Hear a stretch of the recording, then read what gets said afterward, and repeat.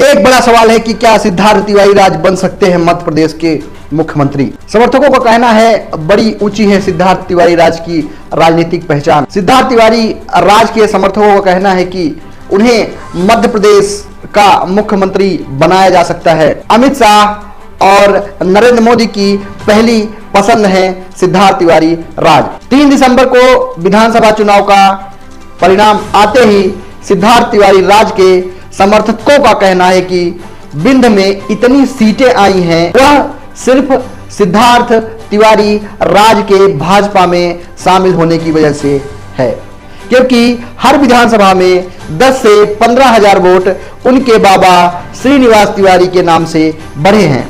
सिद्धार्थ तिवारी के समर्थकों का कहना है कि श्रीनिवास तिवारी के पोते होने का यह वजह से आगामी लोकसभा चुनाव की वजह से प्रदेश भर के ब्राह्मण वोटरों को साधने के लिए उन्हें मुख्यमंत्री बनाया जा सकता है। दोस्तों, कांग्रेस से टिकट न मिलने के बाद पीढ़ियों के कांग्रेसी रहे सिद्धार्थ तिवारी राज ने कांग्रेस पार्टी को टाटा बाय बाय करते हुए भाजपा के साथ हो लिए।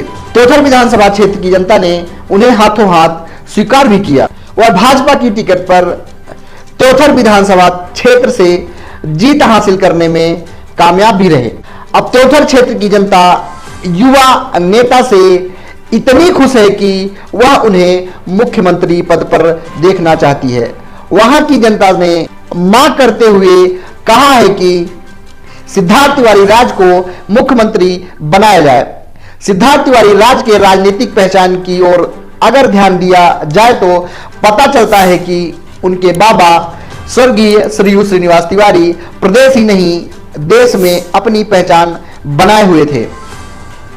श्रीनिवास तिवारी को रीवा ही नहीं विंध्य भर में सफेद शेर के नाम से जाना जाता था। साथ ही स्थानीय लोग उन्हें दादा के नाम से संबोधित किया करते थे।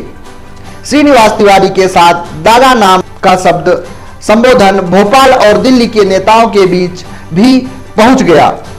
कई बड़े नेता भी उन्हें दादा के नाम से संबोधित किया करते थे।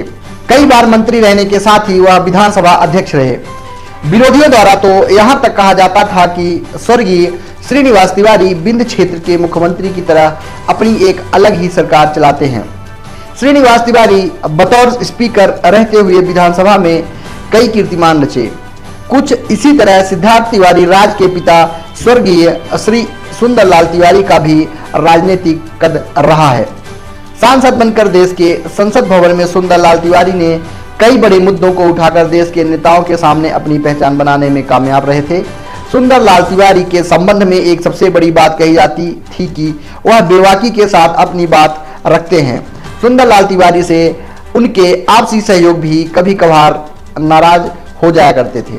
नाराजगी का मुख्य कारण मुंह पर सही बात कहने की उनकी आदत रही है। पीठ पीछे कहने के बजाय वह लोगों को उनके सामने ही टोक दिया करते थे। बताया यह भी जाता है कि सिद्धार्थ तिवारी राज के नस नस में राजनीति है। उनका जन्म ही एक बड़े राजनीतिक घराने में हुआ। हंसते खेलते उठते बैठते उनका बचपन राजनीति के बट वृक्ष के नीचे हुआ है। आने वाले दिनों में सिद्धार्थ तिवारी राज का व्यक्तित्व भी उभर कर सामने आएगा। आवश्यकता है तो सिर्फ उन्हें अवसर देने की। पिता की मृत्यु के बाद सिद्धार्थ तिवारी ने राजनैतिक विरासत संभाली। रीवा जिले की जनता के साथ हो लिए। जनता के बीच में समय व्यतीत करना उनकी आदत में शुमार हो गया। भाजपा का दामन थामने के बाद अब तोथर विधानसभा के विधायक भी बन चुके हैं। सिद्धार्थ तिवारी राज का कहना है कि वह अपने विधानसभा क्षेत्र की जनता के हर सुख दुख में साथ रहेंगे और साथ चलेंगे। शायद यही प्रेम देखकर तोथर विधानसभा की जनता उन्हें मुख्यमंत्री के रूप में देखना चाहती है। बहुत बहुत धन्यवाद आप सबका।